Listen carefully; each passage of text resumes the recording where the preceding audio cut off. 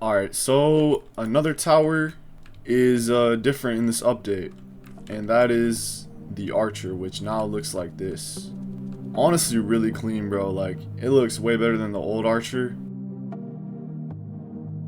This was definitely needed for a while. Now it has this, like, really cool bow. It's just, like, way more sharp and rugged. It looks awesome. And then it's got this hunting hat, I guess, and a new face with a, like, scar on it, which is really cool. And it's got, like, a crack in its arm. I don't know why, but it honestly looks kind of cool. And then it's got its bag of arrows in the back, of course, with some like pouches. So at level 1 it gets some like sleeve on its arm and a feather in its hat, which is really cool. And then at level 2 it gets a scarf and some more like padding on its arm too. And then level 3 it gets some more padding on its arms. The bag gets upgraded. Then at level 4 it gets like, I don't know, it just gets like more scarf, I guess. And then at level 5 its color really changes to be more red, and it honestly looks really cool. It's like scarf flapping behind, looks awesome. But the looks aren't the main thing that changed about this tower, it's really its mechanics. So okay, so it costs 600 to place, which is more expensive. It cost 400 before. Still has the flying detection level 0, but it does 4 damage.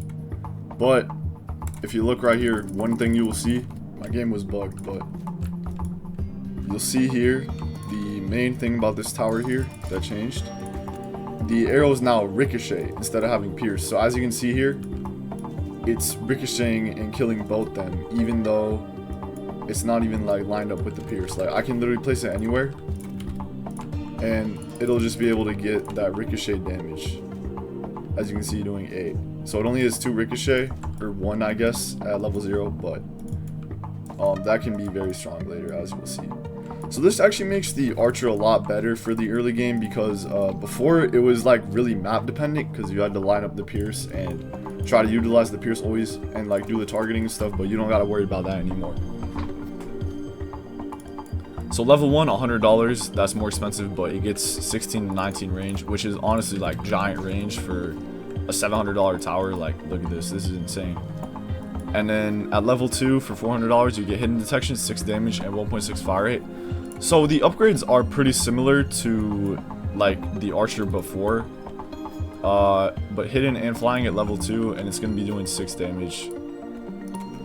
But it still only has 2 ricochet. But like, for example, if you're just trying to kill some like, if you're just trying to kill some early hiddens with this though, it's not bad, you know.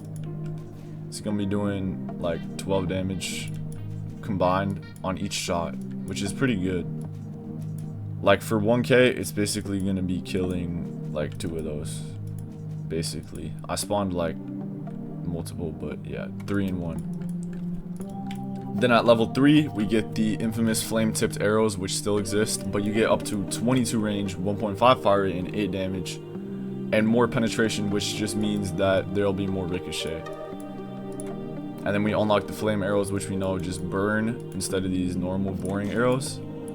So we unlock those here, and this is going to be doing like pretty good damage now, even against enemies that have like lead.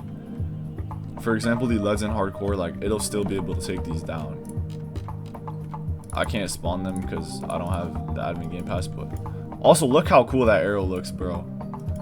But like, yeah, I mean, just look at that damage, bro. Like, it's only doing 8 damage, but the flame tipped arrows like add in a lot of damage, as you can see, and like they're pretty much dead right there.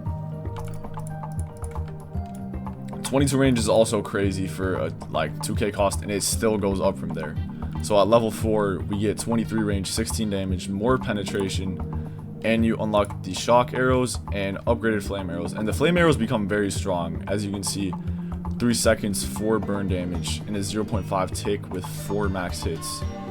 So you're going to have even more ricocheting at this level, and basically you unlock the shock arrows too. So you can just combine the shock with like the other arrows, and it's really like good. The shock isn't going to be too crazy. It's a very small shock, as you can see, but it does look very cool. And due to the ricochet, it does help to like group enemies together because it's going to be hitting all of them. The damage is like not bad either. Yeah, and also this upgrade icon on the max looks really cool. But yeah, as you can see, like just due to the fact that Archer has like all 3 of these arrows, and like it has insane, like the Archer is honestly a pretty good early game option now, just because like it has all these you can combine, and it's pretty cheap, along with having decent damage and the ricocheting arrows. You can use it on like any map now. But at max we get a whole 24 range. It's still going up, 1.25 fire rate, 32 damage, very funny, even more ricochet, and we unlock bomb arrows, and I don't know why they're called bomb. They're explosive. I guess they forgot about that, but that's fine, basically the same. It shows the explosive arrows only have 1 max hit, but I think they do hit like other stuff, so I'm not really sure why they say that.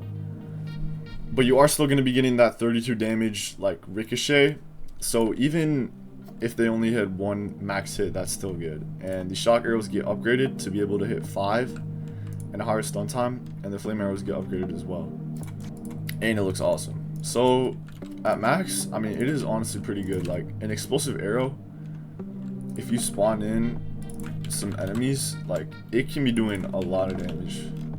Like look at that, it's doing like 200 damage per shot, just one of these hitting all 3 of these. And you can spam these, and if you pair like an Archer with the shock and explosive, grouping all the enemies together, it's a very good combo, like because it just groups everything together and lets the explosive like hit all of it. And don't forget, you can place 15 of these, so you can make some pretty high damage output happen with this. Like say I just put like 2 on shock for the grouping, the rest on explosive. Alright, so if we pair those up, spawn in something, I mean look at that damage, bro. Like those explosive arrows are actually going to work, bro. Also the effects look amazing, but like holy, bro, this is kind of peak, bro. And they don't even need to be piercing. Like the old Archer, you would need to have those all, like it could do pretty good damage too, but they'd all need to be lined up. But like they don't even need to be lined up anymore. Like I can just place these anywhere and they'll still be able to take advantage of basically the pierce. Like crowd control demon, as you can see, and the single target damage is not the worst either. Like if we do put these against the Fallen King just to see, like you can see the damage is not too bad.